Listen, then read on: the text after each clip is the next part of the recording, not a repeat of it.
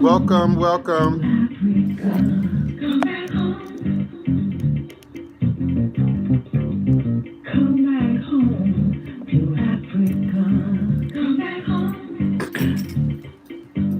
Da da da da da da da da da da da da da da da.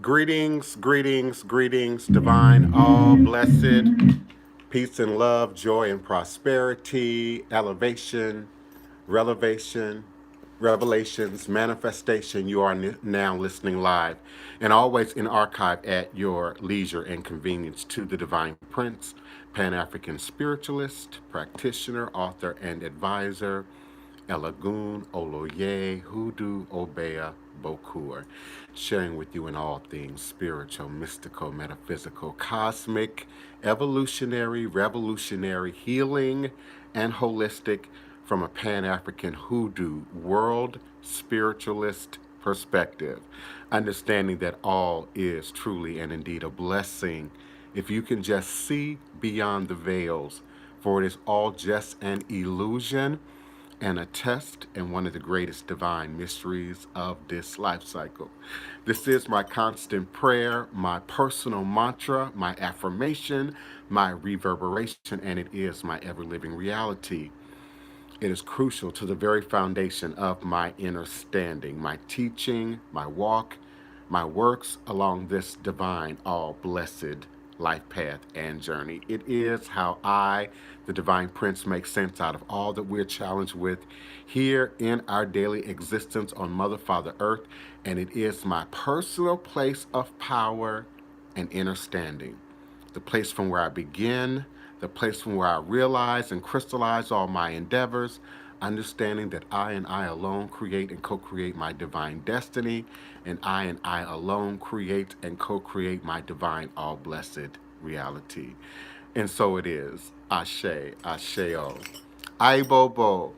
I greet you this Wednesday, March 25th, 2020, understanding that all is truly and indeed a blessing, sharing with you in all things spiritual, mystical, metaphysical, cosmic, evolutionary, revolutionary, healing, and holistic from a Pan-African Hoodoo world spiritualist perspective.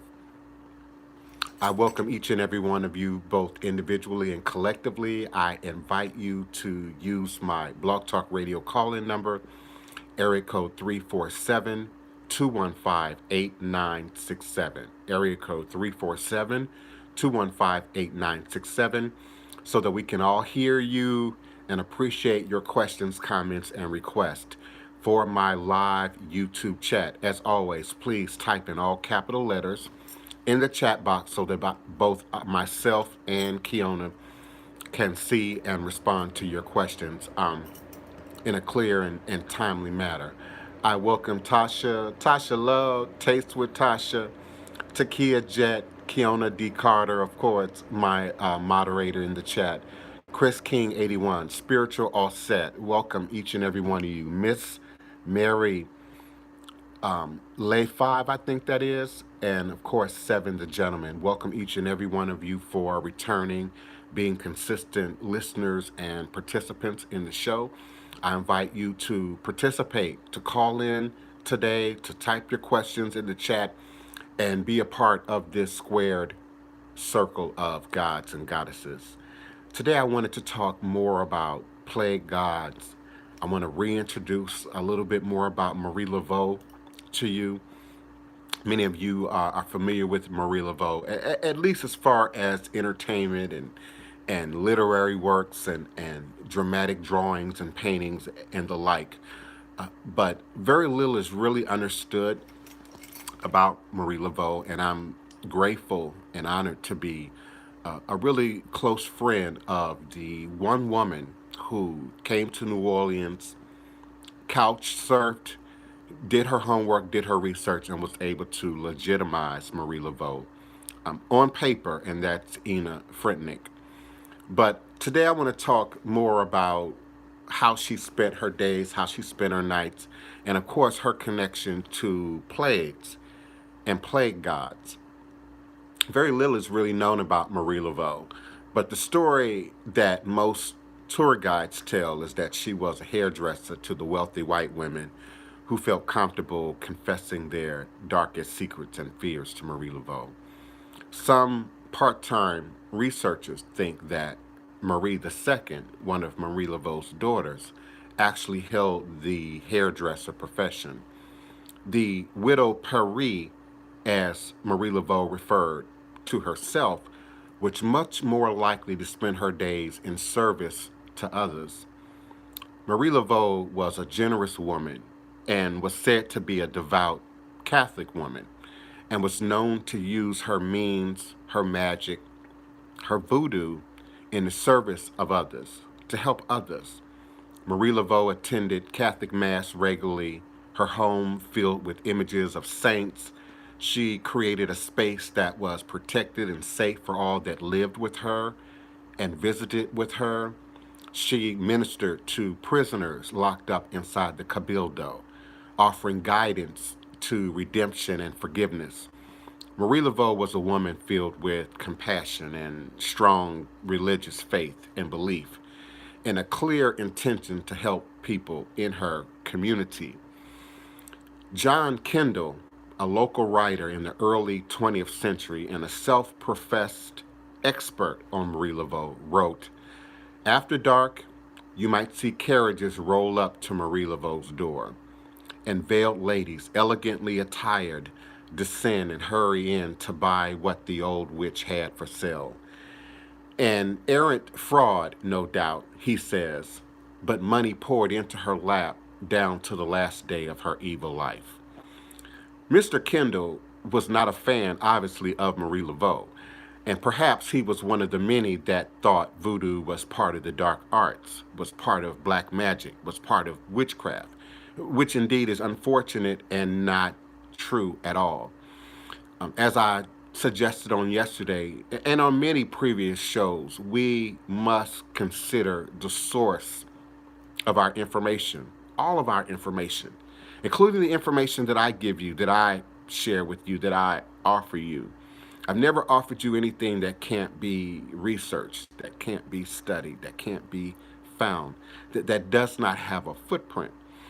But when we take into consideration racism, prejudice, white supremacy, ignorance, arrogance as it relates to the culture and tradition and all the practices associated not just with voodoo, but with African traditional religious beliefs in general, they're often going to be marked, described, labeled as evil, as wicked, by most authors, save for those who indeed practice the traditions and those who seek to write and to share truth about these traditions.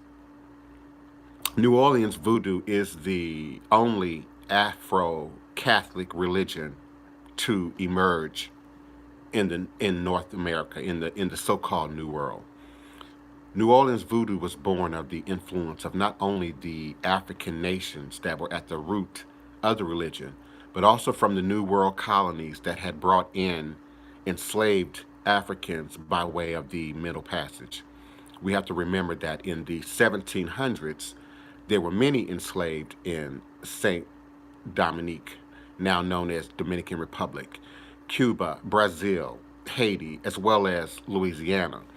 And it was the Haitian Revolution that began in 1791 that had the most significant influence in the creation of New Orleans voodoo.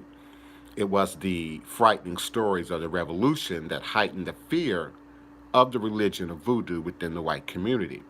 Understand, it wasn't just the fear of voodoo and voodoo itself, but it was also the fear of insurrection, the fear of uprising, the fear that you might be empowered through voodoo, the fear that you might be enleavened through voodoo, the fear that you might stand up in your truth through voodoo and no longer choose to lay down no longer choose to surrender, no longer choose to go along. So there are many elements that go into the madness that is the voodoo that is often demonstrated today. And I myself have been, a party to entertainment, movies, um, Angela Bassett and the production that we did for television, American Horror Story, for the sake of entertainment, creativity, art. But there's a line, and I've said this since the beginning of my presence online, since Hurricane Katrina. There is a line that has to be drawn between what is truth and what is fiction, what is real and what is not real as it relates to the ethno-cultural demonstration that is voodoo. And Marie Laveau, love her or not, is one of the strongest demonstrations, one of the strongest symbolic representations of this voodoo that has survived time, that has survived entertainment, that has survived history book writing, entertainment book writing, that has survived calamities such as bubonic plague, passed on by fleas, such as yellow fever, passed on by mosquitoes. And I make that point because, we must understand our ancestors lived in a much more scarier and perilous time than what we might think we might be up against today. Yes, it's a virus, it's a bacteria that we can't see, but how well do we control mosquitoes in the 1700s? How well do we control fleas in the 1700s? And Marie Laveau put her life on the line. It's one of the least shared stories here in the city among the tour guides that I've heard from, except for our sacred stories, of course. The involvement Marie Laveau had in plague culture, being a devout Catholic, being a devout religious woman, being a devout spiritual woman. She gave her hands, her time, her effort, her services to helping the community and helping at the grassroots level. And often our grassroots leaders and organizers and activists don't get the credit they deserve, don't get the amen chorus that they deserve, don't get the plaques and the statuary that they deserve, and often their names are not mentioned or not held up until long after they've passed on, long after their work has been absorbed into the community. How often do we talk about the free lunch program and the Black Panthers? How many of you are even conscious that the Black Panthers created the free lunch program, the breakfast at school program? And today we are stocking up our schools, and the government is shoring up our institutions in order to provide meals, in order to provide food in the community right now to those who might not have access. Where that is still being allowed, I know it's being shut down in some areas due to people, testing for this, for this virus. So let us not ever overlook and underestimate the role of healing in voodoo, hoodoo, root work, obia. It's not all about darkness. It's not all about control. It's not all about binding and retribution. It's not all about battle. The battle, and we mentioned maybe 2 days ago the word usage that's happening right now. People are using warlike words, battle-like words, phraseology that you typically hear in wartime. But when we look at any disease, the cancer patient, the diabetic patient, the HIV/AIDS patient, they're in a battle. They're in a war, sometimes against their own bodies, and as well against the infection or the dis-ease or the imbalance that might be existing within the body. So healing is 50% of nature. when we say voodoo is nature, and you don't have voodoo without nature, we have to first start with healing, mind, body, spiritual healing, communal healing, healing within your family, healing within your country, healing within your region, within your zone. And we look to nature, to our plants, to our roots, to our herbs, to our barks, to our fruits, to our produce, to our vegetables, to our minerals, to give us this empowerment, literally and figuratively. The grounded man, the physical man, the man or woman existing in the first, second, and third chakra is looking at their body, is looking at exercise, is looking at what they eat, what they drink, what they take in. But the spiritual practitioner and the spiritual person and the spiritual individual is looking at how what they eat, what they drink, what they take in affects their mind, their spirit, their emotion, their energy, and their ability to harvest that and harness that and utilize that for the better good. One of my favorite philosophies and self created quotes is spiritual power lies in its efficacy, its ability to provide lasting, reliable, tangible results. That's what science says. That something that's well tested, something that's well vested, has to be done in a clean, sterile, unbiased environment. If it works for me, it should work for you. If it works for you, it should work for the next person. Not that everything works for everybody, but there should be some patterning, some grouping together of results that suggest the efficacy of a plant, of a ritual, of a solution, of an application. So we're quite dependent right now on our scientists and our doctors and our lab technicians and our trained, educated, verified individuals to bring real world solutions to what we're facing right now. But as a spiritualist, as a voodoo practitioner, as a minister, my goal, my job, my position is to address that which is spiritual, that which is ethereal, that which we can address within spirit realms. And today we acknowledge the powers of divination. Today we acknowledge the powers at the crossroads, the powers that open and close doors, the powers that hold all keys. Today we acknowledge the powers of pure, clean, fresh water and refreshment and cooling and rejuvenation. Today we acknowledge the powers of salt water and nurturing and mothering and all the powerful solutions and organic solutions that exist in the world, like penicillin, like the vaccines that still exist in our jungles and in our unincorporated areas.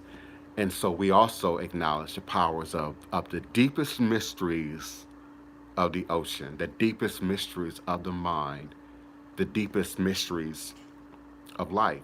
And we give thanks. I stood up 6:30 this morning to acknowledge and to give thanks, as I know many of you too are. We are spending more time at home. We are spending more time in our sacred spaces. We are spending more time in front of our shrines and our altars. And for this, I give thanks. For indeed, spiritual power lies in its efficacy and its ability to manifest tangible, reliable results right here, right now, in this most present moment in time space. And so I give thanks.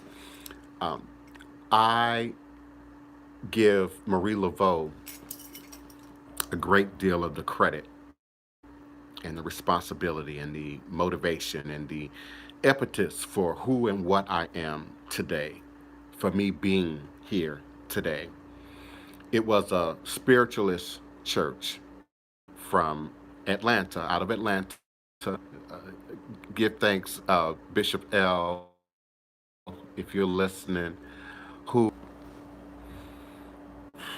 yes, I'm here. Please forgive me. I buffered out for a minute.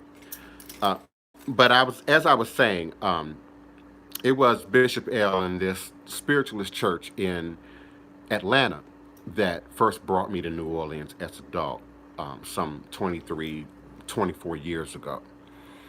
And so a part of that trip, like many of you do, you come and you visit the quarter and you visit the cemeteries and you visit the historic spaces and places and events and food, etc. Um, excuse me. The very last place that I had the opportunity to visit was St. Louis Cemetery number one. We were here for, a religious revival, a spiritual revival. And I can't even remember right now the name of that church or the location of that church. But it had statues of St. Jude and Christ and the Mother and things that I had never seen before in a black church that wasn't Catholic, that wasn't Baptist or evangelical, but was acknowledging Loa and was acknowledging Orisha in this sacred space that visually appeared to be a church.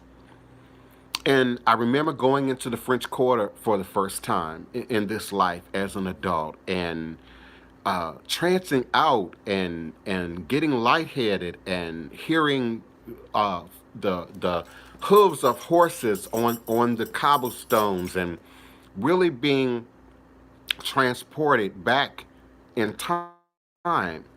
And so in my earlier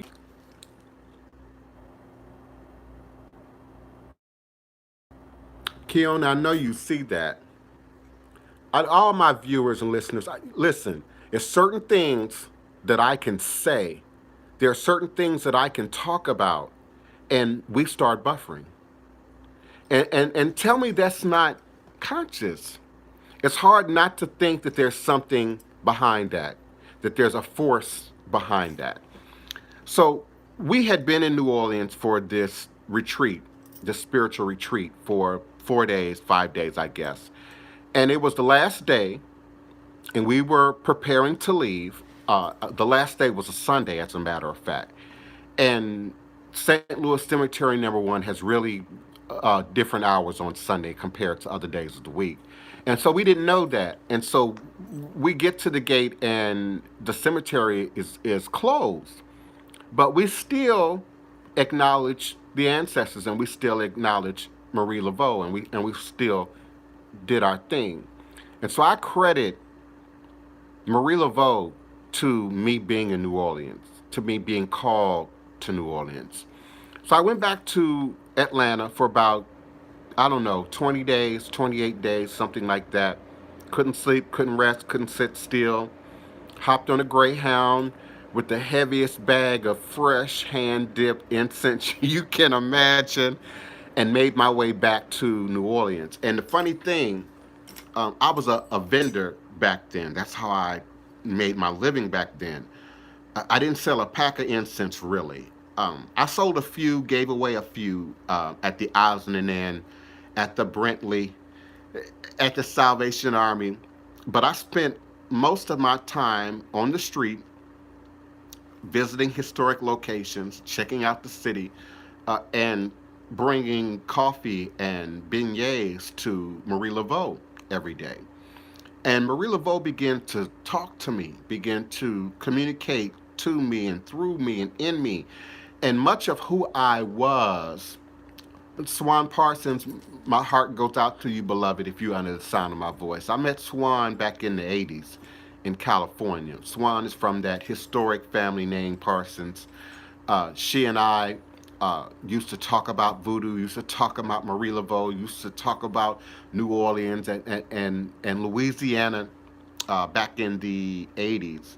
And so Marie Laveau began to confirm for me many of the things that she and I used to talk about back in the day. Welcome, caller, area code 8804. Welcome. If you have a question or a comment, just push the number one on your telephone keypad and I will open your mic. Please, if you have a question, comment, request, hit me at 845-277-9143. Press the number 1. That's like raising your hand for me virtually, and I'll open your mic. Thank you, area code 804, and all my other listeners who are sitting on the phone lines with me. And so Marie Laveau is why I'm here. Marie Laveau validated what I knew, what Spirit had been trying to teach me, show me, demonstrate for me since childhood, since elementary school. So I give a lot of credit to Marie Laveau for who I am and what I am, and for moving voodoo forward again in a modern context in 2020. Area code 804. Your mic is now open.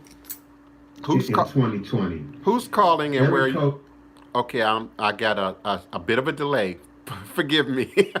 I got my computer on mic and I got a bit of a delay. So area code 804, as soon as that delay stops, I'm opening your mic. And I got a bit of a delay. So area code 804, as soon as that delay stops, I'm opening your mic. And I got a bit of a delay. So area code 804, as soon as that delay stops, I'm opening your mic. And I got a bit of a delay. So area code 804, as soon as that delay. Wow. I don't know how to get beyond that. Give me a second, 804. Wow. I don't know how to get beyond that. Give me a second, 804. Okay, here we go. Area code 804. Who's calling and where are you calling from? Okay, here we go. Area code 804. Who's calling and where are you calling from?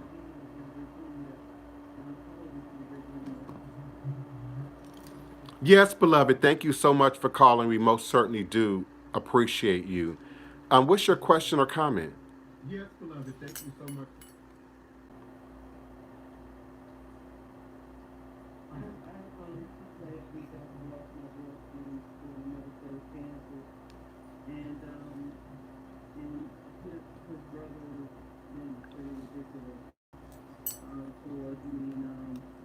And he was trying to sell off some of my boyfriend's things to me, but he gives some of my boyfriends along with some other people. And I was wondering, for one thing, if you was having this message from my boyfriend, and if you have any kind of recommendation that I can do to make his brother not come to me for money. Yes, beloved. Thank you so much for your question and your comment. Please forgive me, YouTube audience, because you couldn't hear that. And you know why? Because I don't know, I'm getting this reverberation of sound right now. I'm not sure if it's because my devices are too close together or what's going on. I'm going to try and fix and repair that to the best of my ability. Caller, I did hear your question in its entirety. I heard you ask about how to block and stop, I believe it is the brother and maybe even the family from interfering with you, from asking you for stuff, for disturbing your peace. And the second question that I believe I heard from you was about messages, communications. Does this, does your beloved who has recently passed messages for you, do they have anything to say? And so give me just a second.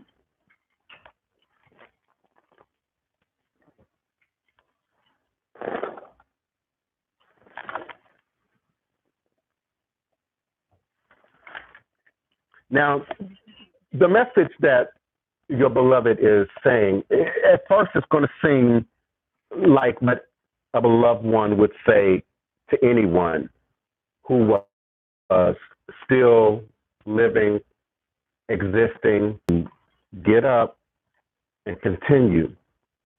And it's almost as if there's something that you've been working on, a project, an idea that you found great sense of peace and contentment from when your beloved was living. You're being asked to pick that up and to continue on. You're being asked to take leadership in your happiness. Your beloved is on the other side, is in a better space, but can also see, feel, hear, and experience what it is that you see, hear, feel, and experience. So when we send our beloveds on to Orun, on to heaven, or on to the next place, on to the next level, throughout history, we've fed them, we've poured water libation, we've done what's necessary to make sure that they're at peace, that they're content, that they don't leave behind unfinished work. And so that emotional place that you're in right now, can you hear me, beloved? Are you with me? Hello, hello. Uh,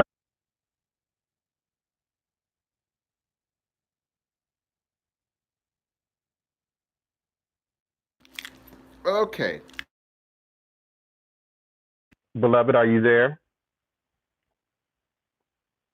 Okay, the headphones are not working either.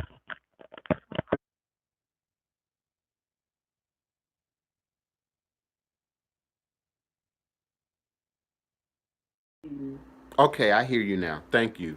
So, um, your state of emotion right now is showing up as unfinished work, and it causes your beloved of hover to stay behind.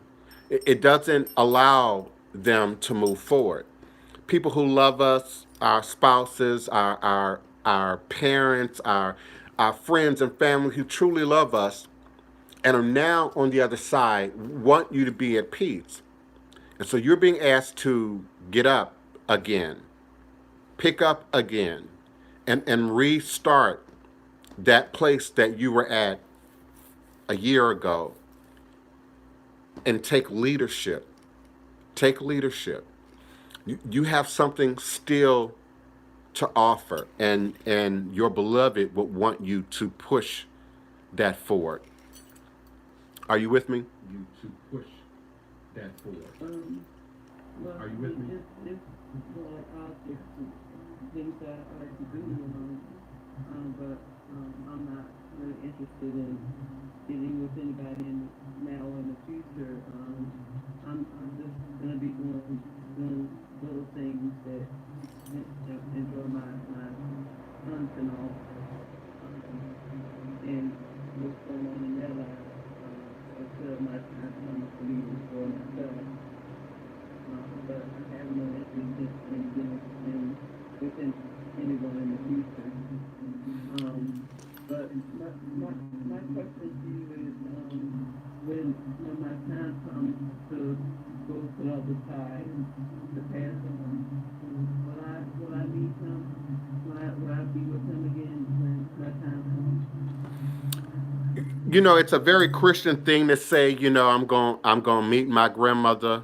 You know, at some point, you know, you go to the funerals and you hear the sad song, and you know, how do we say goodbye?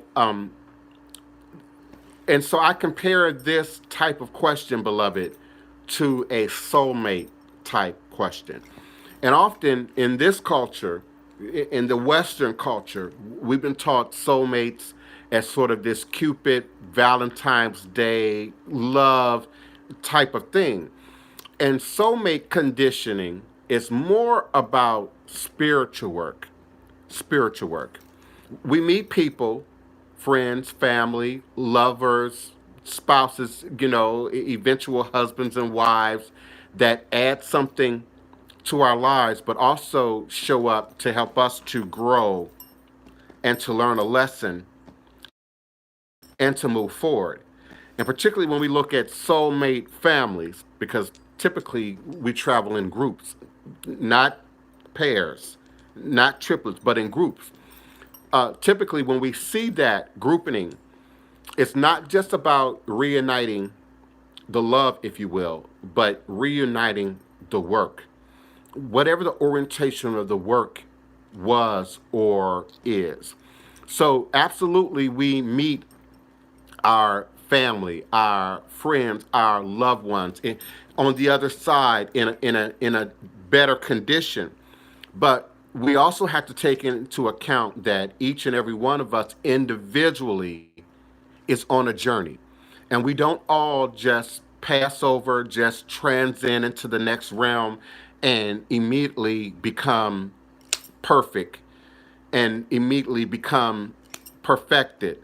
That evolves, that takes some time. And that's why we have reincarnation explained in some cultures. What causes us to come back? What causes us to have to do life again? What causes us to have to sort of push through an earth existence one more time? So if there's unfinished work, you absolutely will come together again. If you don't find a place to heal, and I heard your response. I'm not asking you to date again and to find a new partner, but you've got work, individual work that you were doing before you met your beloved that must continue on now. And you're being asked to revive that. You're being asked to stand up again. You're being asked to be productive again in that way. And of course, beloved, I welcome you to email me at DivinePrince at houseofthedivineprince.com. And we might be able to look at this a little bit more personally. But in terms of what the shells and the mouths of the ancestors are speaking right now to us through the shells, you're really being asked to stand up and take leadership again. And he's asking you to go out. Of course, not right now because we're all sort of hunkered down at the moment. But he's asking you to go out again, and you might try that virtually right now. Reconnect, rebuild some connections, rebuild some activities within your community, within your life that fulfill that space. Thank you so much, caller, at 845-277-9143,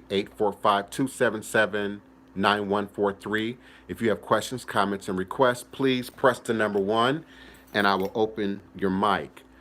Caller, did you have another comment you wanted to make before I move forward? Did you have another comment you wanted to make before I move forward? Okay, about his brother, do you have any kind of Yes. that I could stop him from asking Yes. me for money or something? Yes. Now, there's some physical, literal things I need you to do, and then there's some spiritual things that I need you to do. First, I need you to clean the house. And I don't care how clean your house is, I need you to go through with a bucket of ammonia water and a little cinnamon and clean your house. Clean everything down in your house. If you got wood floors, mop the floors with it. If otherwise, take a rag, wipe everything down with it. If you got carpeting, just sprinkle it a little bit about and vacuum that. You want to clean your house. The second thing you want to do is lay a red brick dust line down at your front door. Again, if you have wood floor, linoleum, great. If you have carpeting, this might be a little bit more tricky. And depending on how your foyer, your entryway is created, this might be easier or more difficult for you. But get a red brick, grind it down, rub it down. Take two and rub them against each other and grind them down to a powder, and lay a red brick line down at your front door. You can even lay it down and put the carpet over that. It doesn't necessarily have to be visible. It just needs to be there. I don't necessarily suggest putting it outside the door, only because depending on whether you live in a building or you have a covered porchway, the weather might blow it around. But if you have a covered entryway, you might be able to do that as well. The next thing I want you to do that's a little bit more spiritual, I want you to use a double terminated crystal. That means a crystal that has a natural point on both ends. This is a natural, uncut, unpolished, double terminated crystal. Doesn't have to be this big, doesn't have to be this small, doesn't have to be this color. It just has to have a point, a natural point at both ends. An even better option would be a Herkimer diamond, which naturally forms points and terminations at both ends. And with that, you want to hold that and pray with that and create an aura of protection around you. The crystal will help to increase, to magnify your defensive space, your defensive aura, your defensive field. And all I want you to chant is thy will be done. Thy will be done. That's all I want you to chant. Thy will be done. Thy will be done. But use your imagination and force your aura to increase in size, and then use your imagination and layer that with silver energy as a deflective, protective shield. Another stone that is equally as useful as a double terminator is hematite, polished hematite. Polished hematite has sort of a shiny metallic look about it, but this stone is really red. This is really like a copper ore. So if I drug this across a porcelain plate or across the sidewalk, it would leave a red dust trail, just like that red brick. And if you're not used to meditating, if you're not used to using stones and crystals, I say use your imagination. You hear fake it until you make it. Use your imagination. Over time, it'll kick in, and you won't have to use your imagination as much. Just the holding the stone, just the thinking of the stone will automatically increase that field for you, that shield for you. I showed on camera the other day that the stone that I usually wear on my neck is double terminated. In order to increase that aura, increase that force field. And then the last thing I would say to you, beloved, and probably the most important thing, is learn to say no. Just learn to say no. Just learn to say no. Just learn to say no. For your own good, for your own best interest, for the best interest of those that you would seek to help. Because what you could be creating is a codependent relationship. You could be becoming an enabler, and you could be setting up an escape hatch, if you will, where there should not be one. Allow your brother-in-law to experience reality. Allow your brother-in-law to experience his own karma. Allow your brother-in-law to experience the repercussions and the outcome of his own energy, his own actions, his own behavior. And I find that to be quite problematic, particularly with women. Not that men can't become this, but particularly with women. And often women are in place to fix, repair, change, forgive, help out, assist in a way that allows men not to grow. And so just stop. Just say no. Let the call go to the voicemail.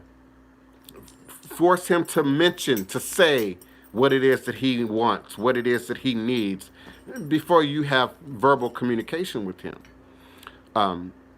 But again, this can get a little bit personal, beloved. So if you will, just send me an email at DivinePrince, Prince, DIVINE, Divine Prince, at houseofthedivineprince.com, and I'll be more than happy to assist you in more explicit detail.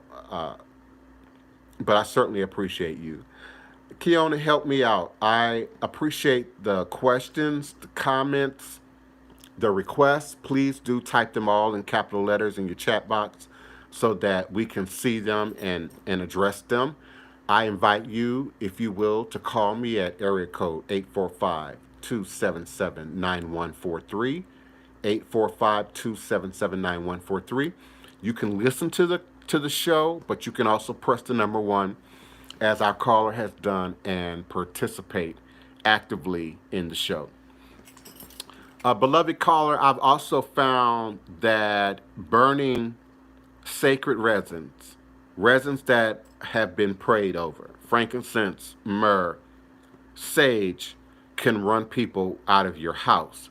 Now, if he's showing up at the house, spending time in your space, again, I would suggest, creating a little a space for your ancestors if you haven't done so already. Your beloved who's passed on is not necessarily an ancestor yet. He will soon become an ancestor to others, but right now he's what we call an egun, and he's just on the other side. But he can connect with the ancestors, and the ancestors can communicate for you and with him, and sort of bring that energy together. So place him with your ancestor. Photo, if you have the obituary, create a little sacred space there. And then I want you to get you a good charcoal burner. Charcoal that I'm talking about are round. You buy them at your church supplies, your candle supplies, your religious supplies, and they sell these little round charcoals that we burn the frankincense, the myrrh, the dragon's blood resin on. And let me tell you, the devil don't like it. Negative people don't like it. I don't care how cute they look on the outside, they don't like it. Some of you remember Nyland, the Traitor, and I, Mardi Gras Day. I didn't mask, quote unquote, mass Indian this year. I didn't wear feathers and plumes and sequins in beads. I dressed like a Indian, an indigenous, old school Indian. And then Nyland, the Traitor, and I went out and purged and smudged the community. Think about it now. It is being suggested that time zero, not ground zero, but time point zero for New Orleans was Mardi Gras. It's being suggested. And so I almost didn't come out at all for Mardi Gras. Nyland will tell you this. I almost did not come out at all for Mardi Gras. I wasn't feeling it. My spirit wasn't in it. It wasn't making sense to me.